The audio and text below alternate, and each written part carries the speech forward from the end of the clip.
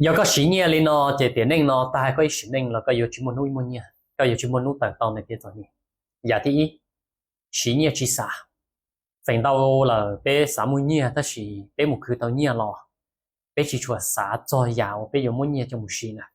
还得呀了被10年到了被到的去了呀了被10年到了你把到的去做被路内反到被去出啥做头คือ被做啥头10是啥10的去了10啥有呀的了有mà có bên do nông chi hạt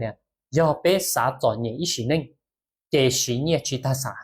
họ do bé xã mua nhẹ xã ổn định mà sĩ giả thì họ có bé mua viên này nhớ trong cái sĩ nhẹ thế nên nhỏ nó do bé chỉ mua viên này nhớ trong cái sĩ nhẹ để lúc nó bé chỉ mua khop kit và trả bé thì chỉ mua viên này trong cái sĩ nhẹ đầu rồi nhớ họ bé luôn ninh bé sĩ nhẹ chỉ mua hết phần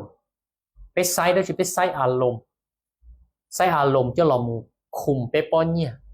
sa yếu lý cha lo yếu sa sĩ lý cha lo sĩ sa ô lý cha lo ô nhẹ do cú lý cú yếu sĩ lý cha lo tao cú yếu cha cái liệu bút chơi nhẹ chỉ do nên lý nên soi hai nhẹ do cú lý cú sĩ ta cũng mà khứ đua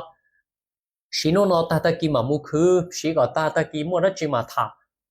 bé chỉ hà lồng khùng béแต่bé sĩ nhẹเลยที่bé chỉ คำนึง cho ผลดีผลเสียอะไร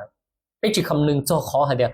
แต่จะไปสีเนี่ยเลยน้อยอินจีอินูตือไปมัวมอมงกิงไปมุเนี่ยเขาที่เราขออินูตือมัวเขาจำเป็นอยู่สีเนี่ยไปอยู่อาจารย์เป็นดาวไปจิตรวจสาเขาเนาะมันรู้เนาะไปพยายามมัววินัยมัวครอบเขตในการสีเนี่ยสีเจียเท่อย่าไปชิมัววินัยชิมัวครอบเขตในการสีเนี่ยสีเจียเท่นั่นเราก็คือตาอีปัวแล้วก็อย่างน้อยอีปัวก็คืออีผาก็น้อยอีผาก็คือตาอีล้านก็น้อยอีล้านก็คือเก่าล้านก็นอกเก่าล้านก็คือปัวล้านก็นอกปัวล้านก็คือผาล้านแล้วก็สีตาผาล้านนี่ก็เพียงแต่ต่อสิก็ต่อแต่ตัวเลข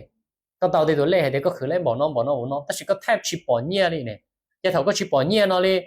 สมมุตินี่โอกาสตัวก็อยู่เตาสร้างธุรกิจโอกาสตัวก็อยู่เตาลงทุนสมมุติก็ปอโอกาสก็อยู่เตาไปปีเนี่ยคุณนู่นเด็กก็มุ่งเนี่ยเขาที่จะลงทุนเนอะก็มุ่งเนี่ยเขาที่จะลงทุนเป็นเด็กก็ชิมเขานอก็อยู่จะเติบโตในเกี่ยวกับนี้อย่าที่เป้อย่าสาวตัวนี้สินั่งนะจะจำเป็นอยู่ว่าอะไรเขาอยากให้เดียสามมื้อเนี่ยนะจะจำเป็นอยู่ถูกต้องว่าพยายามวางแผนเรื่องการเงินเท่าวันหนึ่งย่อเนาะนะ有那毛呢被对准啥还得有那绕的去有那好对我里家那贴干ไอ้นู้นเนาะไป3มื้อเนี่ยไปดูจิเคยเราวางแผนเนี่ยให้เดี๋ยวไป3มื้อเนี่ยไปควรเป้าด้วยจิเจ้าด้วยจิ有คือ里家有考里家有做里家有习里家ไปแทบจิเคยเราสาเนี่ยเจ้าเรื่องนอลิ